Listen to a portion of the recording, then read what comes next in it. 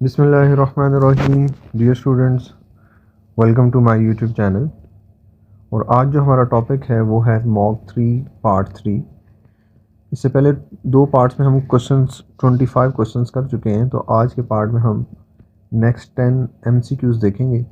और MTQs इससे पहले हम काफ़ी सारे अपलोड कर चुके हैं, तो ये जो अभी हम मॉक्स कर रहे हैं इसके हम MTQs लास्ट में MTQs भी इंशाल्लाह दोबारा से ये MTQs भी शेयर करूँगा। तो हमने क्या बताना है, in this question we need to find OAR, overhead absorption rate. Formula क्या होता था ओवरहेड अब्जॉर्प्शन रेट का? Budgeted overheads divided by budgeted level of activity. Simple ये फार्मूला था। बट अगर हमारे पास बजटेड ओवरहेड्स हैं, अगर बजटेड लेवल ऑफ एक्टिविटी ना हो, फिर हम क्या करेंगे? चलते हैं सवाल की तरफ और देखते हैं कैसे निकालेंगे। कहता है production cost centre reported the following information regarding it's overhead for a period. Allocated budgeted overheads are 130,000, 13670, and actual 126350. Apportioned general overheads 16,790 and actual 17,320. Reapportioned service cost center 32410 and actual 31280. Overhead in the production cost center are absorbed on the basis of direct labor hours. Actual labor hours are given. Actual labor hours were 42520 and overheads are over absorbed by 4484. अब हम क्या कर सकते हैं? हम ठीक है, हमारे पास बजटेड ओवरहेड्स हैं, बजटेड लेवल नहीं है। हम यहाँ पे ये भी तो फाइंड कर सकते हैं कि जो एक्चुअल हमारे ओवरहेड्स हुए हैं उसमें हम ये ओवर अब्जॉर्ब को एडजस्ट करें और इस टोटल को आफ्टर एडजस्टिंग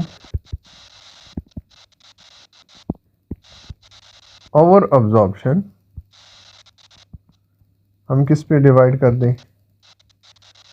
इस टोटल को हम इस एक्चुअल के ऊपर डिवाइड कर दें, तो हमें पता चल जाएगा कि हमने जो रेट यूज़ किया है, इन ऑर्स को जिस रेट से मल्टीप्लाई किया है वो रेट क्या है। क्योंकि देखें एक्चुअल कैसे आते हैं या अब्जॉर्ब्ड कैसे आएंगे। अब्जॉर्ब कैसे आए थे? OAR multiply by actual hours. We have actual hours. We need to find out this OAR. हम यहाँ से absorbed फाइंड कर लेंगे। कैसे? इसको टोटल करेंगे एक्चुअल और इसमें हम क्या एडजस्ट कर देंगे? और absorb एडजस्ट कर देंगे, ऐड हो जाएगा, डिवाइड करेंगे हम किससे? एक्चुअल डायरेक्ट लेबर और से, तो हमारे पास अब्जॉर्प्शन रेट आ जाएगा। आप फाइंड कर सकते हैं और आपके पास इनमें से कोई ऑप्शन आ जाएगी। अभी मेरे पास कैलकुलेटर नहीं है, आप जल्दी से कैलकुलेट कर लें। और मैंने ये सारा समझा दिया है, इंशाल्लाह अब ये आपसे सॉल्व हो जाएगा। क्वेश्चन नंबर 27 की तरफ मूव करते हैं। The following statement relate to value analysis. Value analysis aim to eliminate unnecessary cost. Yes. Value analysis should not result in the reduction of a product functionality. देखिए value analysis क्या करता है? Should not result in a reduction of product functionality. वो कहता है आपने जितनी भी अननेसेसरी कॉस्ट है उसको क्या कर देना है? एलिमिनेट करना है। और प्रोडक्ट के फंक्शन को या उसकी क्वालिटी को आपने कम नहीं करना, आपने उन चीज़ों को एलिमिनेट करना है जिसको कस्टमर क्या नहीं करता? कस्टमर वैल्यू नहीं करता, तो उस चीज़ को आप क्या करेंगे? एलिमिनेट कर देंगे। और क्वालिटी को कंप्रोमाइज़ किए बगैर आप, वैल्यू एनालिसिस का कंसेप्ट क्या है कि अननेसेसरी कॉस्ट को भी एलिमिनेट करें और आपने प्रोडक्ट की फंक्शनैलिटी को या प्रोडक्ट की क्वालिटी को रिड्यूस नहीं करना। उसके अलावा अगर कोई अननेसेसरी कॉस्ट है उसको रिड्यूस करें। नेक्स्ट आ जाएंगे क्वेश्चन नंबर 28 की तरफ। What will be the values in cell B1 B2 and B3। अच्छा, वैल्यू एनालिसिस अब देखिए मैंने सिर्फ डिस्कस किया है करेक्ट ऑप्शन, क्योंकि इससे पहले मैंने यही क्वेश्चन सॉल्व किया हुआ है, तो आप इसका करेक्ट ऑप्शन, मैंने जस्ट कंसेप्ट यूज़ आपको बताया, पिछले मॉक में ये रिपीट हुआ है इस वजह से। Cell A1 A2 A3 A4 and A5 contain these values sum, तो इन सबको आप ऐड कर दें, आपको सम पता चल जाएगा। तो कैलकुलेटर उठाएं, 8 + 7 + 6 + 3 + 1, तो आपके पास क्या आ जाएगा 25। फिर क्या कह रहा है जी, B2 में क्या आना चाहिए, एवरेज। तो एवरेज कैसे लेते हैं, सबको ऐड करें, डिवाइड बाय 5 कर दें, तो हमारे पास एवरेज आ जाएगी, 25 को 5 पे डिवाइड करेंगे तो 5 एवरेज आ जाएगी, क्योंकि सम कितना आया था 25। तो B2 में क्या आ जाएगा, पहले में क्या आ जाएगा 25, दूसरे में क्या आ जाएगा 5, तो ये हमारे पास ऑप्शन नज़र आ रहा है। तीसरा देख लें, कहता है जी A2 से A4 तक मैक्सिमम क्या है, A2 ये है और A4 ये है, 2 3 4, तो इनमें मैक्सिमम क्या है 7, तो ये 7, B is the correct option. अभी पिछले दिनों कुछ बच्चों ने मैसेज भी किया और पूछ रहे थे कि क्या F2 में स्प्रेडशीट आती है, तो आपने देखा है आती है, बिल्कुल सिंपल क्वेश्चंस आते हैं जो अभी हम डिस्कस भी कर रहे हैं। नेक्स्ट मूव करते हैं जी क्वेश्चन नंबर 29 की तरफ। The standard direct cost per unit of a product comprises the direct material 0.8 kg at 7.15 per kg, direct labor 0.2 hours at 12.4 per hour. The output in the period was budgeted कितनी थी 120, actual कितनी है 108। तो कहता है flex budget बनाएं direct cost का, तो हम 108 के मुताबिक बजट बना लेते हैं, इसमें तो कोई इशू नहीं है। तो देखें 108 हमारे पास क्या है एक्चुअल प्रोडक्ट से, हमें मटेरियल कितना लगेगा एक प्रोडक्ट के लिए 0.8 kg, तो ये क्या निकला है number of KGs, these are number of KGs. इसको मल्टीप्लाई कर दें पर केजी रेट से विच इज़ 7.15, तो हमारे पास ए कॉस्ट निकल आई, this a cost is cost of material. Next वो हमसे डायरेक्ट कॉस्ट कह रहा है, तो direct cost means direct material and direct labour both. तो अब देखें डायरेक्ट लेबर कितना है, हमने कितने प्रोडक्ट बनाने हैं 1,08,000 108,000, एक प्रोडक्ट पे कितने घंटे लगेंगे 0.2, so these are number of hours and multiply by per hour rate which is 12.4। तो जब यहाँ से मल्टीप्लाई करेंगे तो ये हमारे पास बी वैल्यू आ जाएगी, when we add this a plus b is equal to answer.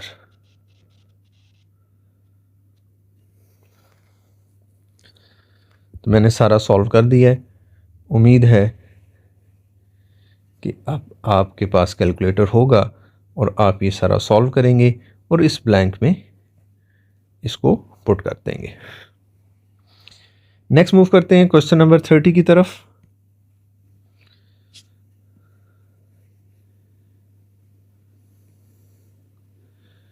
Question number 30 बनाने वाले क्या कहते हैं, कहता है company compares the performance of its own sales office at the end of each accounting period and uses the result to identify way of increasing future sales, which of the following terms correctly describe this process.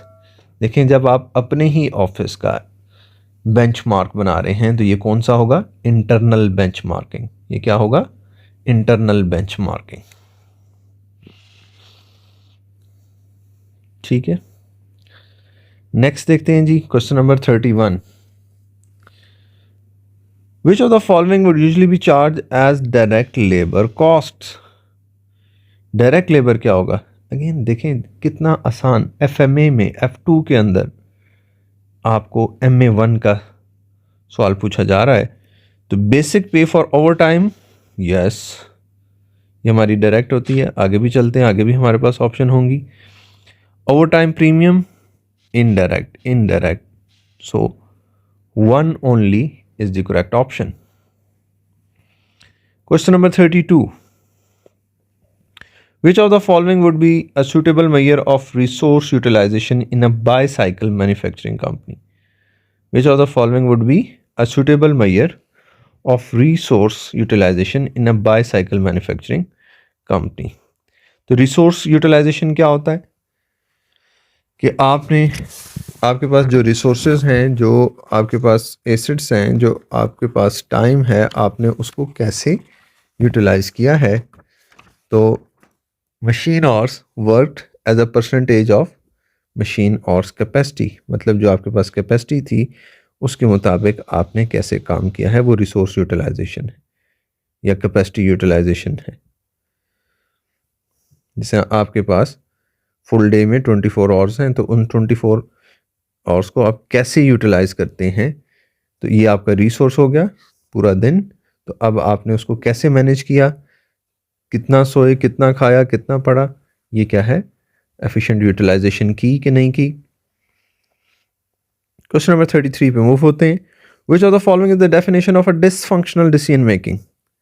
Managers make decisions for department outside their functional area of responsibility? No. Managers make decisions that are not acceptable by their subordinates? No. Managers make decisions that are their self-interest but not in the best interest of the organization. Yes, C is the correct option.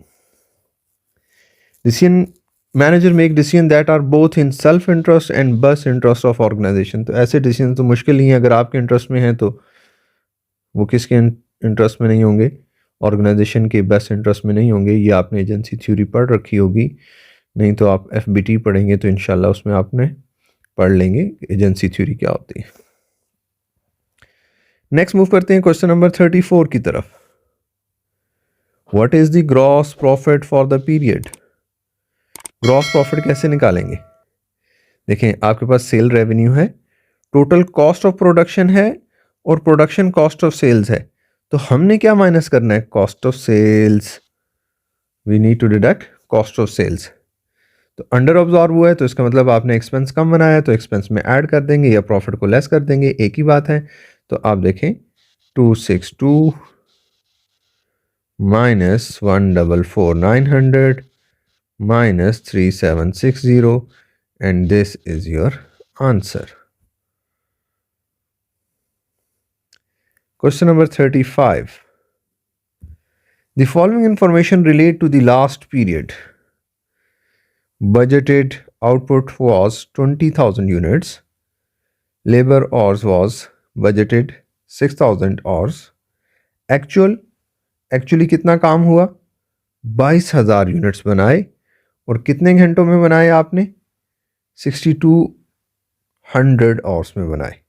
कहता है बताएं efficiency कैसे है। तो हम efficiency कैसे find करेंगे, देखें 6000 घंटों